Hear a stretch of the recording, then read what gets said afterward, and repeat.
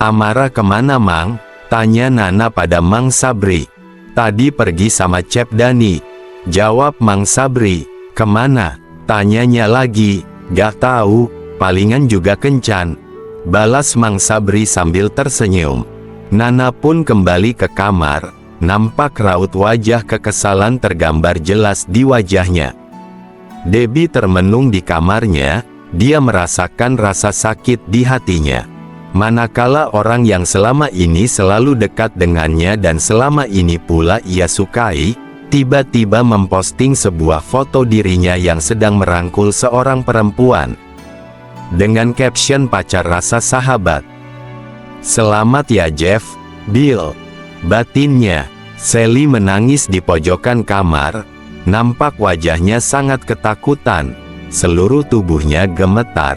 Ia memeluk lututnya mencoba menghentikan rasa gemetar yang melanda tubuhnya. Handphonenya tergeletak di kasur. Dengan sebuah pesan nampak di layarnya, "Mati saja kau dasar anak tidak berguna." "Gue kok udah beberapa hari ini gak lihat Sally ya?" tanya Sonia kepada Debbie. "Sama gue juga gak lihat," jawabnya. "Lagi pada ngomongin apa sih?" celetuk Amara. "Ini Bu, Sally udah beberapa hari gak keluar-keluar kamar," jawab Sonia. "Udah kalian cek belum?" tanya Amara. "Belum Bu," jawab Debbie. "Ya udah saya cek dulu ya," pamit Amara dan berlalu ke lantai atas. "Sel," panggil Amara sambil mengetuk pintu kamar Sally. Amara mengulanginya beberapa kali, tapi tidak ada sahutan. Nampak Diki, salah satu penghuni kamar di lantai atas, baru selesai mandi. "Ada apa Bu?" tanya Diki. "Ini Sally beberapa hari ini belum keluar kamar." Diketuk gak ada sahutan. Terang Amara. "Biar saya coba Bu." Diki pun mengetuk pintu kamar Sally dan memanggilnya. Namun hasilnya tetap nihil. Nampak wajah Amara dipenuhi dengan kekhawatiran. "Dobrak aja gimana?" usul Amara. Diki pun mencoba mendobrak pintu tersebut. Mang Sabri yang mendengar suara dobrakan pintu pun berlalu ke atas menghampiri Amara. "Ada apa teh?" tanya Mang Sabri. "Ini Mang, Sally udah beberapa hari gak keluar kamar. Dari tadi dipanggilin juga gak nyaut. Coba Cep Diki saya bantu dobrak," ujar Mang Sabri sambil membantu mendobrak pintu. Setelah dobrakan yang keempat, pintu pun berhasil terbuka. Alangkah terkejutnya mereka melihat Sally terkapar di kasurnya. Tubuhnya nampak sangat lemas dan pucat. Amara histeris karena takut Sally tiada. Diki mencoba menepuk-nepuk pipi Sally, tapi Sally tidak merespon. "Denyutnya masih ada," ucap Diki yang mencoba mengecek denyut nadi Sally yang agak lemah. "Telepon ambulans," seru Amara pada Sonia. "Aduh Neng, Sally teh kenapa?" Mang Sabri memandangi Sally dengan perasaan iba. Karena selama ini Sally dikenal ceria meski agak sedikit pemalu. 40 menit kemudian ambulans datang. Diki dan Mang Sabri menggotong Sally menuju mobil ambulans. "Yang bertanggung jawab dengan pasien siapa?" tanya petugas ambulans. Saya," jawab Amara. "Ya sudah adek ikut saya ya, Bapak juga bisa ikut." Mang Sabri pun naik ke mobil ambulans. Denyut Sally sangat lemah. Oksigen dipasangkan di hidungnya. "Ayo Sel, bangun," batin Amara yang merasa tidak tega melihat Sally dalam keadaan seperti itu. Sirine ambulans mengiringi perjalanan mereka menuju rumah sakit. Sally diturunkan dari mobil ambulans. Ia dibawa masuk ke ruang unit gawat darurat.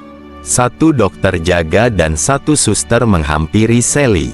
Matanya masih terpejam. Dokter mengecek detak jantungnya. Masih ada namun tidak stabil. Tekanan darahnya rendah. Dokter memerintahkan suster memberikan infus. Dokter pun menanyakan pada Amara untuk mengetahui bagaimana keadaan Sally sebelumnya. Amara pun menjelaskannya. "Baik Dek, apa ada orang tuanya?" Enggak ada dok, sudah meninggal. Tapi kalau butuh seseorang yang dituakan, kebetulan paman saya sebagai penanggung jawab kos ikut juga ke rumah sakit, ucap Amara. Ya sudah adek, bisa panggilkan paman adek ya, biar saya menyampaikan kepada paman adek. Baik dok, terima kasih. Amara pun keluar dari ruang UGD. Ia menghampiri Mang Sabri yang sedang berjongkok di halaman ruang UGD. Gimana teh? Tanyanya sambil menghampiri. Dokter suruh Mang Sabri masuk, jawab Amara. Mang Sabri pun masuk ke ruang UGD. Gimana dok? Tanya Mang Sabri. Begini pak, pasien ini tubuhnya mengalami syok. Kemungkinan besar penyebabnya berasal dari dehidrasi berat dan stres, terang dokter tersebut. Lalu selanjutnya gimana Pak Dokter? Untuk sementara kami sudah berikan cairan, dan akan saya pantau selama 2 jam di ruangan ini. Jika dalam 2 jam pasien sudah mulai sadar, pasien bisa dipindahkan ke ruang rawat inap. Terima kasih dok. Sama-sama Pak. Keluarga pasien atas nama Sally. Panggil bagian administrasi UGD. Mang Sabri pun menghampiri meja administrasi. Baik Pak, ini ada beberapa yang harus diisi ya Pak, ucap petugas administrasi. Mang Sabri pun mengisinya. Halo, kamu kemana aja kok, teleponku dari tadi gak diangkat? Aku lagi di rumah sakit dan... Hah, kok bisa? Kamu sakit? Tanya Dani khawatir. Tenang Dan, bukan aku yang sakit, tapi Sally, penghuni kos. Oh gitu, sakit apa dia Ra? Belum tahu, ini aku di luar UGD. Tadi Mang Sabri dipanggil ke dalam sama dokternya. Kok bisa dia masuk UGD? Tanya Dani. Nanti aja aku ceritain. Kamu udah makan siang? Belum, paling sebentar lagi. Kalau kamu... Aku belum juga. Ye, makan dulu dong cantik. Nanti kamu malah sakit. Di RS kan biasanya banyak penjual makanan. Siap ganteng. Aku nunggu dulu Mang Sabri. Kalau aku makan sekarang nanti dia kebingungan nyariin aku, ucapnya sambil tertawa.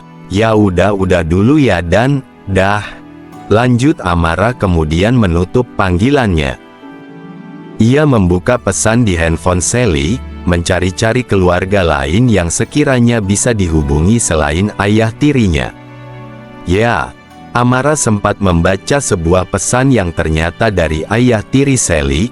Hampir semua isi pesannya adalah umpatan dan ancaman untuk Sally. Beberapa menit mencari, akhirnya ia menemukan sebuah pesan yang rupanya dari kakak Sally. Amara pun lantas menelpon kakak Sally. Ia memberitahukan keadaan Sally dan menyuruh kakaknya untuk segera datang ke rumah sakit secepatnya.